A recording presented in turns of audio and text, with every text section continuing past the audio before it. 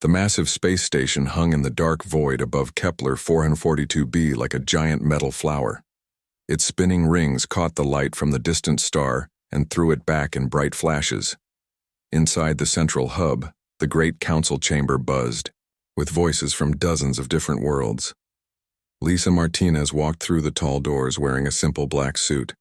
Her dark hair was pulled back in a neat bun, and she carried only a small briefcase. She looked like any business person from Earth heading to an important meeting. The other delegates barely glanced at her as she took her seat at the curved table. Around the room, the real show was happening. The Vorthon delegation had arrived with their usual display of power. Admiral Krek stood nearly 8 feet tall, his green scales polished to a mirror shine. His uniform was covered in gold, ribbons and metal badges that caught the light. Behind him stood 6 Vorthon guards in bright red armor, each one carrying weapons that hummed with energy. The Centauri representatives were not to be outdone. Their purple robes were decorated with silver threads that moved like living things. Their helmeted guards carried crystal spears that glowed with inner fire. Even the peaceful Andromedan delegation brought honor guards wearing flowing white capes and carrying ceremonial swords. Lisa sat down and opened her briefcase. Inside were simple paper files and a basic tablet computer. No guards stood behind her chair. No weapons gleamed at her side. She looked completely alone among all the military might displayed around the table. Admiral Krek noticed this and smiled, showing rows of sharp teeth. He leaned over to the Centauri Prime Minister and whispered something that made the alien chuckle. Soon, several delegates were looking at Lisa and whispering among themselves. The meeting began with Counselor Thys of the Nethran calling for order. Her blue skin seemed to glow under the chamber lights as she spoke. We are here to discuss the growing threat of Vorthon expansion. 3 peaceful worlds have fallen in the past 10 years. We must decide how to respond. Admiral Krek stood up slowly, making sure everyone could see his impressive height and decorated uniform. The Vorthon Empire expands because we are strong. We bring order to chaos. We have the finest military in the galaxy. He gestured to his guards. Look at these warriors. See their training, their discipline, their honor. This is what real military power looks like. The other delegates nodded and murmured agreement. The Zephyrian ambassador pointed to his own, golden armored guards. Yes, military strength must be displayed with pride. A warrior's uniform tells the story of their achievements. Lisa remained quiet, making notes on her tablet. She did not call for her own guards to step forward.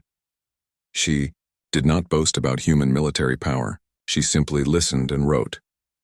Admiral Krek noticed her silence and decided to make a point. What about the humans? He asked, his voice carrying across the chamber. Where are your great warriors, Ambassador Martinez? Where are your honor guards? All eyes turned to Lisa. She looked up from her tablet with a calm expression. Humans prefer a different approach to security, she said simply.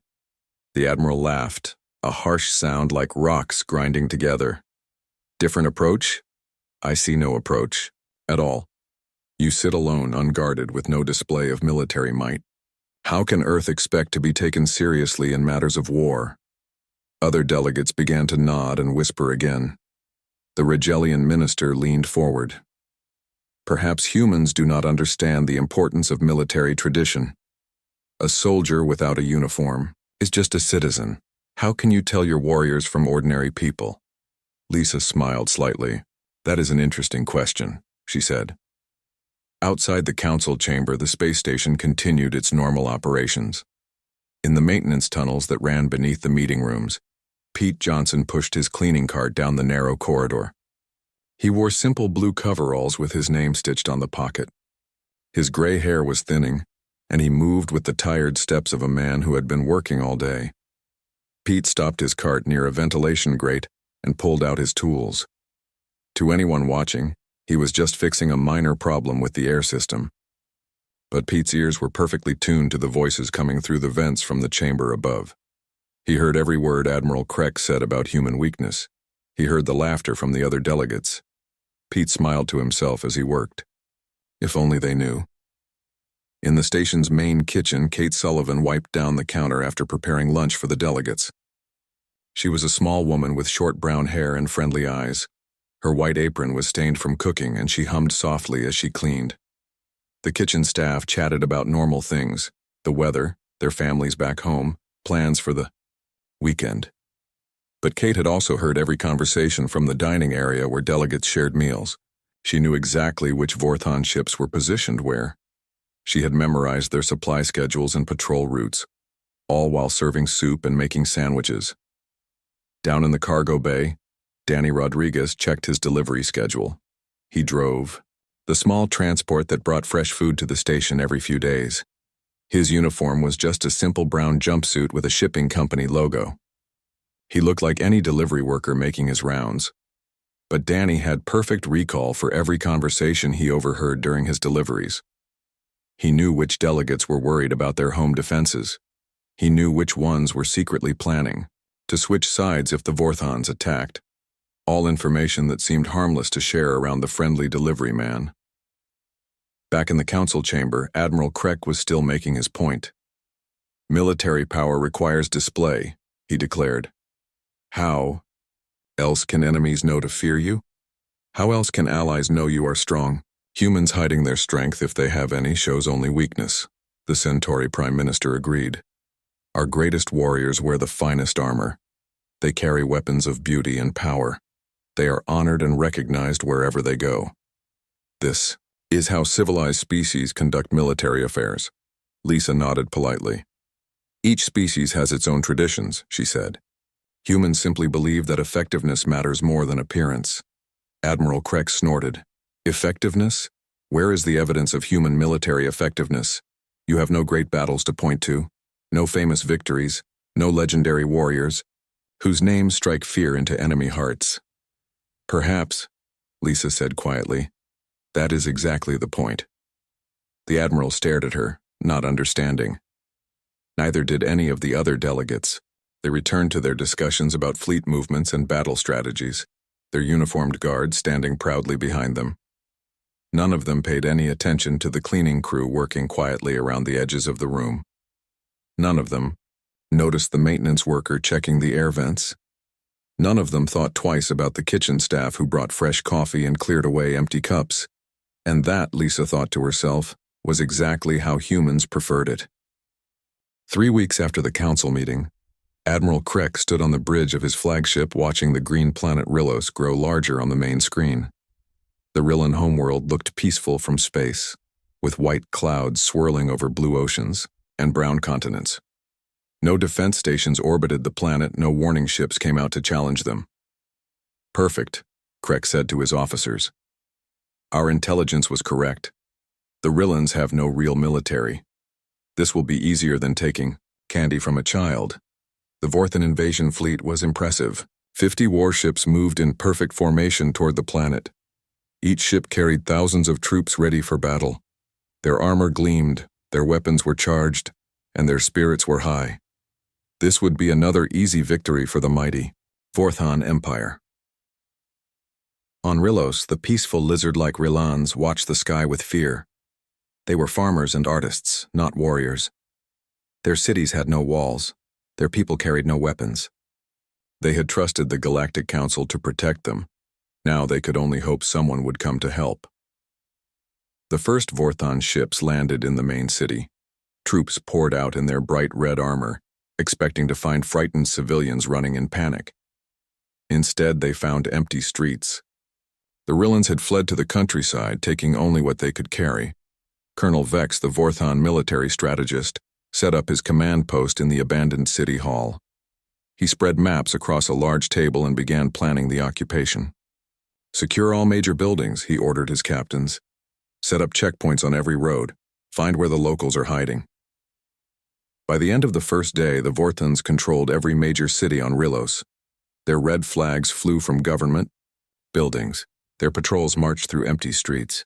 Everything was going according to plan. But on the second day, strange things began to happen. A supply convoy carrying food and ammunition simply vanished while traveling between two cities. The lead truck reported normal conditions, then went silent. When a search team found the convoy an hour later, all the vehicles were empty. No bodies, no signs of a fight, no clues about what happened. The supplies were gone. Colonel Vex frowned when he heard the report. Local bandits, he decided. Desperate people trying to steal food, double the guard on all convoys. On the third day, the main communication tower stopped working. The technical team found nothing wrong with the equipment. All the circuits were perfect, all the connections were solid. But somehow, no signals went in or out. When they replaced every piece of equipment, it still did not work. Sabotage, Vex muttered. Find whoever did this, but his troops found no one. Security cameras showed only empty hallways. Door sensors recorded no unauthorized entries. The tower had simply stopped working for no reason anyone could explain. On the fourth day, 3 officers disappeared from inside a heavily guarded compound. They had been in the mess hall eating dinner with 50 other soldiers. Security footage showed them sitting at their table, laughing and talking. Then the lights went out for exactly 3 seconds. When they came back on, the 3 officers were gone. Vex studied the video footage until his eyes hurt. He watched it frame by frame, looking for any clue. But the recording showed nothing useful. The officers were there, then they were not. No one else had moved, no doors had opened. It was impossible. "Sir," his aide said nervously, "the troops are starting to talk. They say this place is haunted." Vex slammed his fist on the table. "Ghosts do not steal ammunition. Spirits do not disable communication towers. There is an enemy here, and we will find them." But the enemy remained invisible. More convoys vanished. More equipment failed mysteriously. More personnel disappeared without a trace. The Vorthan soldiers began looking over their shoulders, jumping at shadows, whispering about invisible demons. On Earth, in a small office building that looked like any other business, General Patricia Hayes sat at her desk reading reports. The building had a sign that said Midwest Insurance Company, but the people inside were not selling insurance policies. "Convoy interdiction successful," she read from Jake Miller's report. "All supplies redirected to Rillan resistance groups. No Vorthan casualties." Jake had been working as a delivery driver on Rillos for 6 months before the invasion, learning every road and path on the planet. The next report came from Amy Clark. "Communication disruption complete. Vorthan forces cannot coordinate between cities." Amy had posed as a technical repair worker, gaining access to every important system on the planet. Patricia smiled as she read the updates. The Vorthan still had no idea what they were fighting. They kept looking for uniformed soldiers, for military bases, for traditional enemies they could understand. They could not grasp that their real opponents looked like ordinary people doing ordinary jobs. Back on Rillos, Colonel Vex called an emergency meeting with his senior staff. Dark circles under his eyes showed he had not been sleeping well. "Losses are mounting," he admitted. "We have lost 30% of our supplies and 15% of our personnel, and we still have not identified the enemy." "Sir," said Captain Zek, "our thermal scanners show no large groups of armed fighters. Our intelligence reports no military communications. Our satellites detect no bases or training camps. How can we fight an enemy that does not exist?" Vex stared at the maps covering his table. Red pins marked every incident, every loss, every mysterious failure. There was no pattern he could see, no logic he could follow. "Double all patrols," he ordered.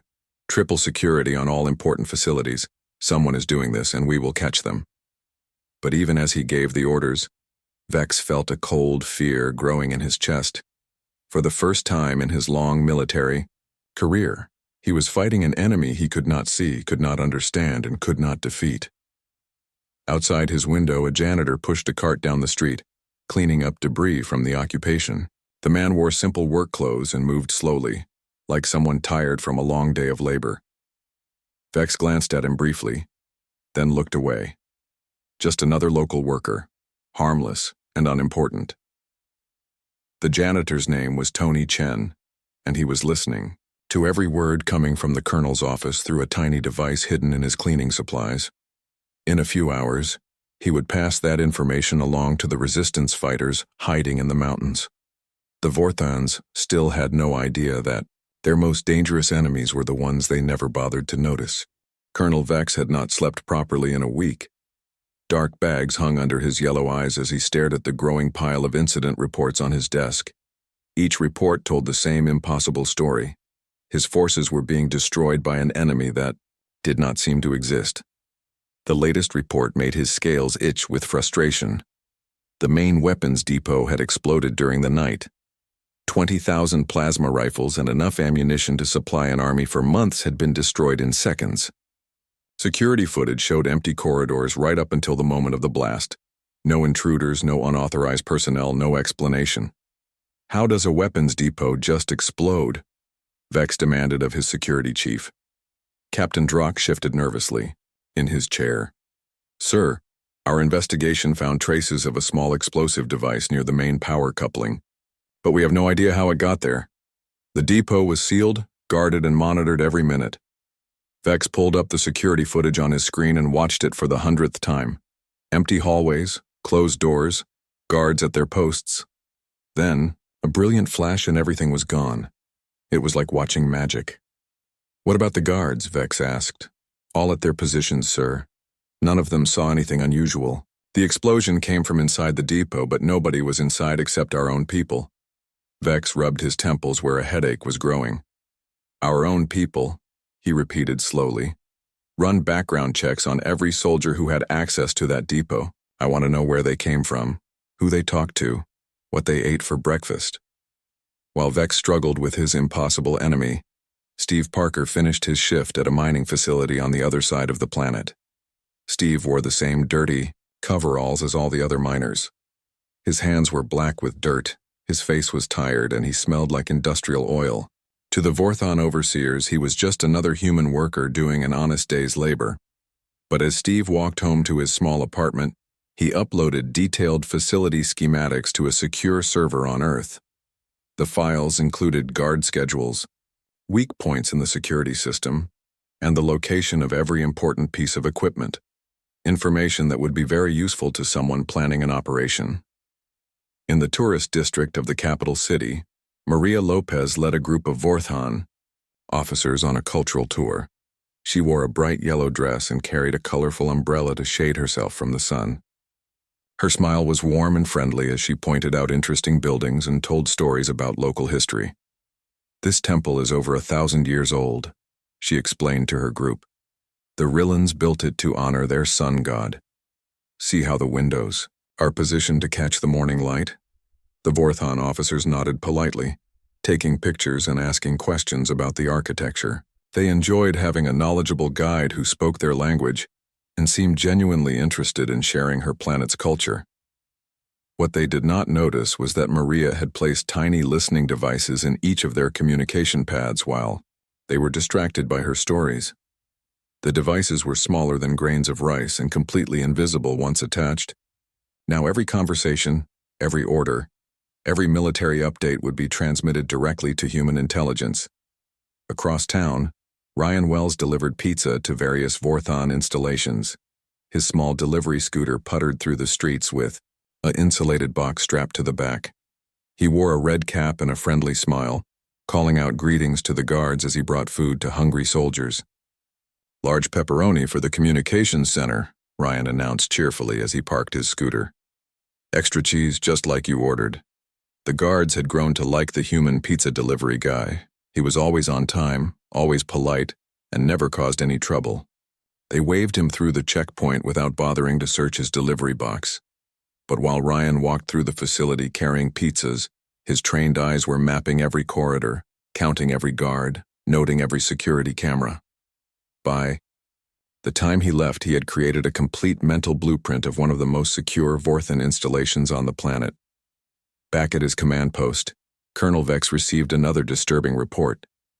His flagship in orbit had suffered a series of minor but troubling system failures. The navigation computer had developed random errors. The communication array kept losing signal.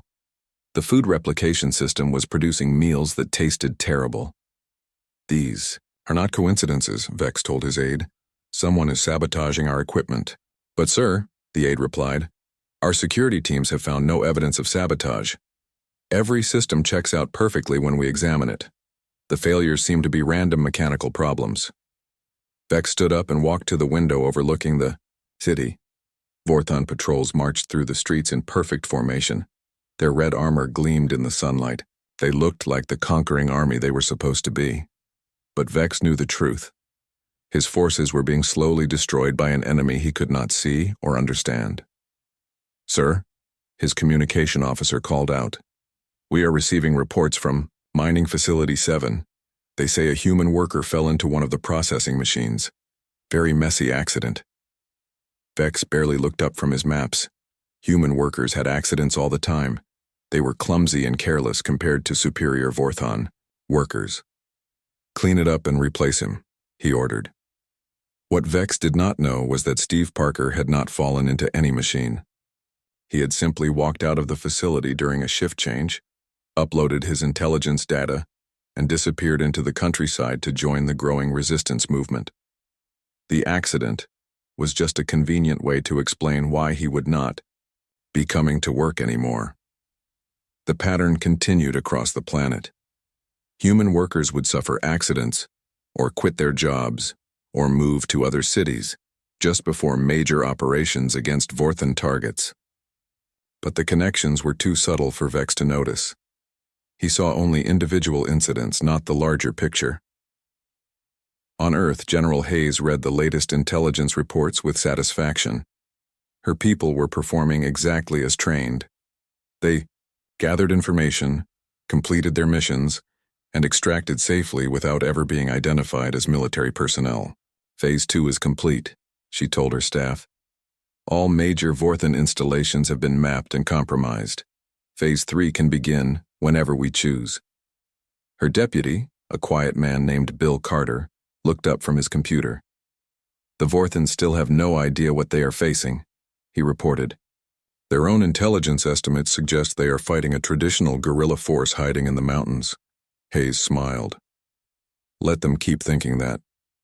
The longer they look for an enemy that fits their expectations, the longer they will miss the enemy that is right in front of them. Back on Rillos, Colonel Vex stared at his maps until his eyes burned. Red pins marked every attack, every loss, every mysterious failure. He had studied every pattern, analyzed every possibility, considered every explanation. But he still had no answers. The enemy remained invisible, striking without warning and vanishing without trace. For a military mind trained to think in terms of uniforms and formations, bases and battalions, it was like fighting smoke.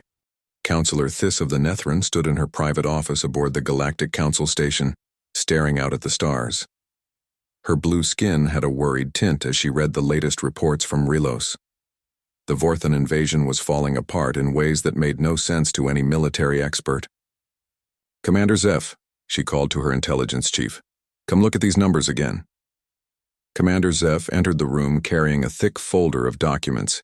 His silver uniform was perfectly pressed, and his forearms moved efficiently as he spread papers across Thys's desk. The Vorthon losses are unprecedented, he said. 30% of their supplies destroyed, 20% of their personnel missing, communication systems failing daily.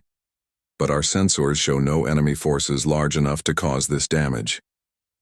Thys picked up one report and read it carefully.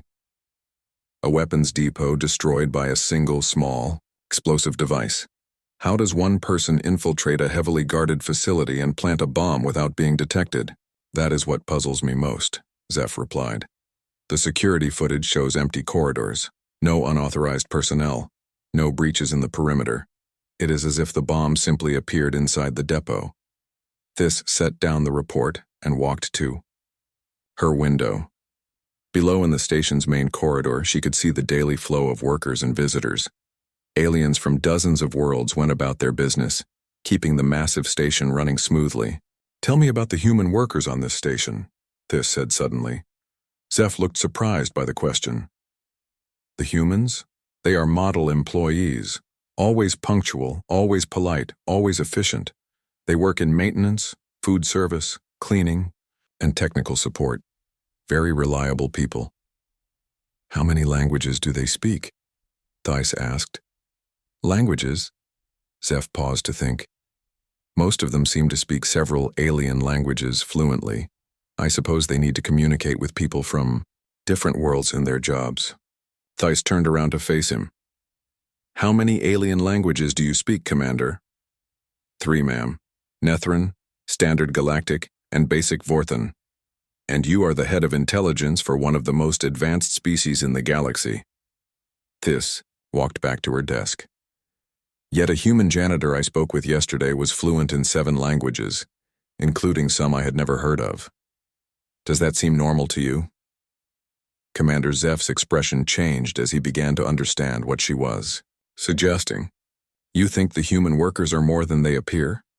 I think we should pay closer attention to them. Thais picked up her communication device.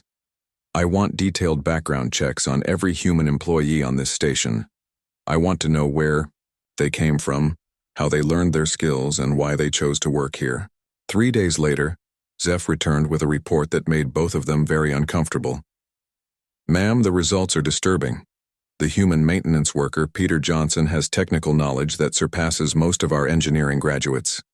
The food service worker, Catherine Sullivan, can identify the home planets of 43 different species just by looking at them. The cleaning staff member, Daniel Rodriguez, has a perfect memory for conversations and can repeat word for word discussions he overheard weeks ago.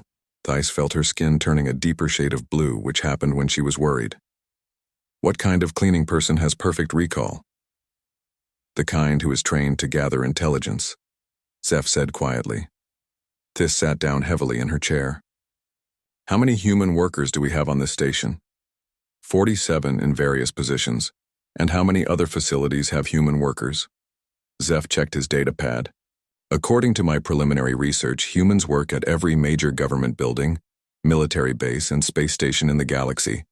They are janitors, cooks, mechanics, clerks, drivers, and technicians.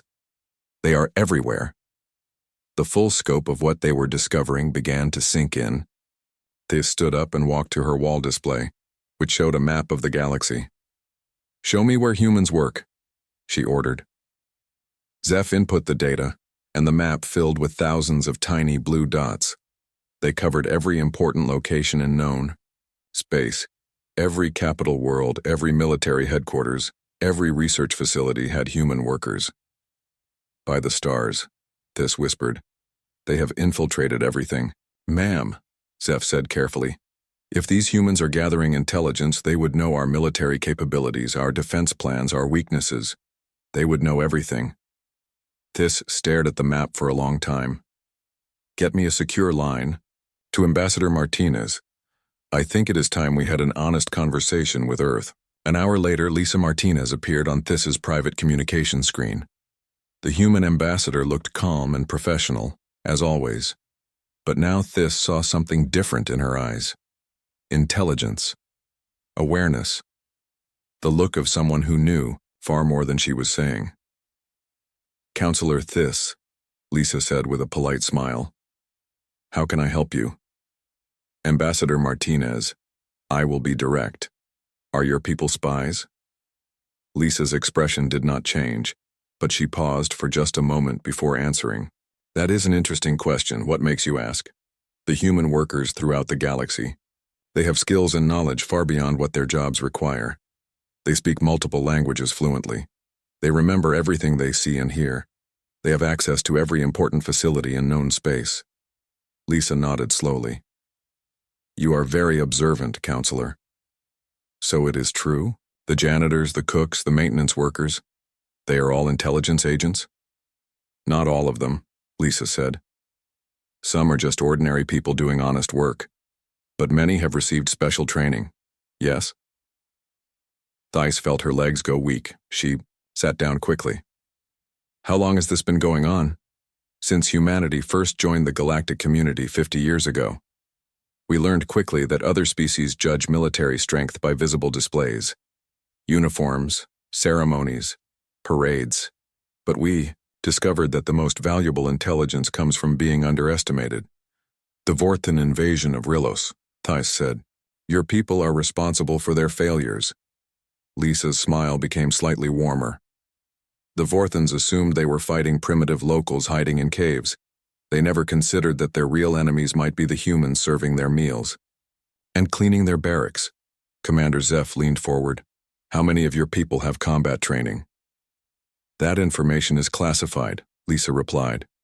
But I will say this, every human who works in a sensitive position abroad has skills beyond their apparent job description. This looked at the galaxy map still displayed on her wall, with its thousands of blue dots marking human workers. You have been preparing for war this entire time. We have been preparing for peace, Lisa corrected. The best way to prevent conflicts is to be ready for them, and the best way to be ready is to know everything about potential enemies before they know anything about you. But the other species, the ones who mock human military weakness, let them mock, Lisa said. Their contempt is our greatest weapon. As long as they believe humans are weak and harmless, they will never see us coming. Thais realized she was looking at a completely different kind of warfare. Not the clash of armies in bright uniforms, but the patient work of invisible soldiers who had been planning for decades. What do you want from us? Thais asked. Help us stop the Vorthons, Lisa said simply. They have become a threat to galactic peace. It is time to show them what happens when they underestimate humanity. As the communication ended, Thais sat in silence for a long time. Outside her window, she could see a human janitor pushing his cart down the corridor. Now she wondered what languages he spoke, what he had overheard, and what he really knew about her own government's secrets. The galaxy would never look the same to her again. Admiral Krek stood on the bridge of his flagship, watching his invasion fleet fall apart around him. Half his ships were reporting critical system failures. His ground forces on Rilos had lost contact with each other. Supply lines had collapsed completely. In just 2 weeks, his mighty army had become a scattered collection of confused and frightened soldiers. Sir, his communications officer called out, we are losing navigation control. The computer systems are shutting down one by one. Krek slammed his fist on the command console. How is this possible? Our ships are the most advanced in the galaxy. Our security is perfect. Admiral, Captain Drock said nervously, perhaps we should consider retreating. We can regroup and plan a new attack. Retreat? Krek's yellow eyes burned with fury. The mighty Vorthon Empire does not retreat from invisible enemies and system failures. But even as he spoke, more alerts flashed on the ship's displays. Life support was fluctuating. Weapon systems were offline. The mighty flagship was becoming a floating piece of metal with no way to fight or flee. In the ship's kitchen, Tony Chen finished his shift preparing meals for the crew. He was a small, quiet man who had worked on Vorthon ships for 3 years. The officers barely noticed him as he moved through the corridors carrying food trays and cleaning supplies. To them, he was just another human worker, harmless and forgettable. Tony walked to his small quarters and locked the door behind him. From under his mattress, he pulled out a device no bigger than his thumb. For weeks, he had been using it to inject subtle commands into the ship's computer systems. Each day, he caused small failures that looked like random malfunctions. Today, he activated the final program. Every critical system on the flagship began shutting down at once. Power failed, navigation stopped working, and communication went dead. The pride of the Vorthon fleet became helpless in minutes. On the bridge, Admiral Krek watched his displays go dark one by one. What is happening? He demanded. Sir, the engineering officer reported. Someone has been sabotaging our systems for weeks. The damage is too extensive to repair quickly. Impossible. Our security teams inspect everything. Our scanners detect all threats. The sabotage came from inside our own computer network.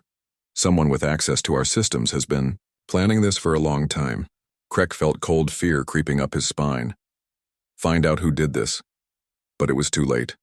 Tony Chen had already slipped away during the chaos, taking a small escape pod to the planet below. By the time the Vorthons realized what had happened, he was gone. Back at the Galactic Council Station, an emergency session was called. Representatives from dozens of worlds gathered to discuss the collapse of the Vorthon invasion. The great chamber buzzed with confused voices as delegates tried to understand what had happened.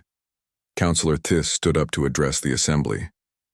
Fellow members, we have witnessed something unprecedented.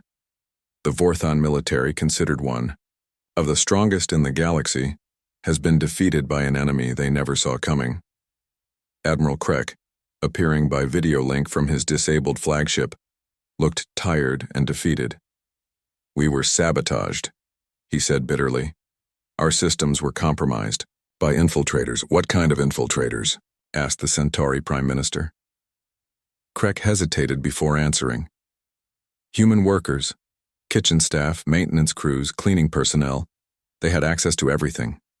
A murmur of surprise went through the chamber. The other delegates looked at each other with confusion and growing alarm. Ambassador Lisa Martinez stood up calmly. If I may address the council, she said. Please, Ambassador, Thys replied. I think we all need to understand what really happened. Lisa walked to the center of the chamber, where everyone could see her clearly. She wore the same simple black suit she always wore with no decorations or symbols of rank. She looked like any business person giving a presentation. Members of the council, she began. Humanity has learned something important about warfare. The greatest strength often comes from being underestimated. You planned this attack for years, Admiral Krek accused from the screen. We prepared for the possibility of Vorthon aggression, Lisa replied. When you chose to invade a peaceful world, we chose to stop you. The Rigelian minister leaned forward. But how? Your people had no uniforms, no weapons, no military formations. How? Can civilians defeat trained soldiers? Lisa smiled slightly. Who says they were civilians? The chamber fell silent as the implication sank in. Every human worker in a sensitive position has received extensive training, Lisa continued. They know how to gather intelligence, how to sabotage equipment, how to fight when necessary. But, most importantly, they know how to be invisible. Invisible?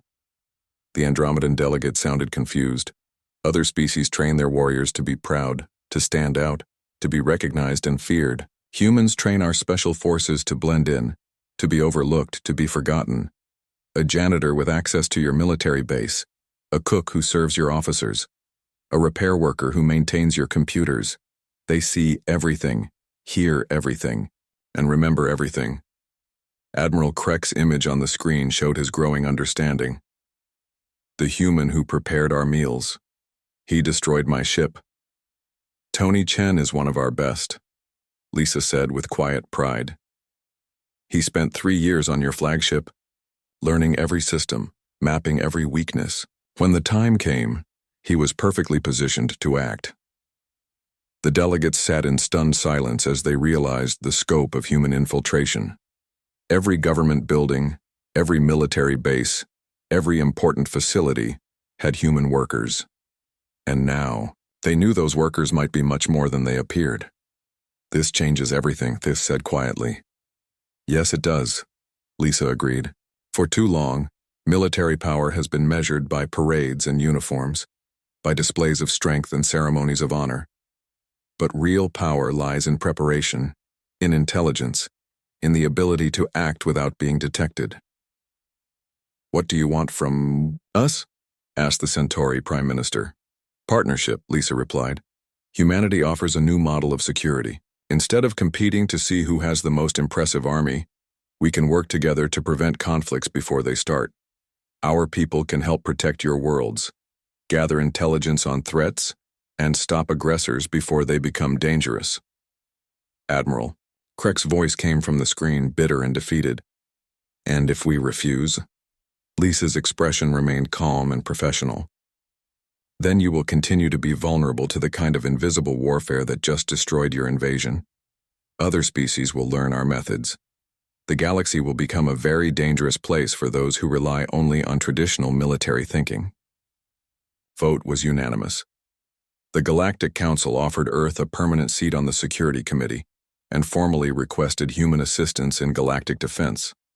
As the meeting ended, delegates filed out of the chamber, many of them glancing nervously at the human workers they passed in the corridors, a janitor pushing a cleaning cart, a technician checking wall panels, a food service worker carrying supplies. They all looked so ordinary, so harmless, so forgettable. But now everyone wondered what training they really had, what languages they spoke, and what secrets they knew. Pete Johnson finished mopping the floor near the council chamber entrance and pushed his cart toward the service elevator. Several alien delegates passed him without a second glance, just as they had for months. But Pete noticed them looking over their shoulders, whispering to each other, casting suspicious glances at every human worker they saw. Pete smiled to himself as he rode the elevator down to the maintenance level. The galaxy had finally learned an important lesson about humanity. The most dangerous warriors were often the ones nobody bothered to notice, and that was exactly how humans preferred it.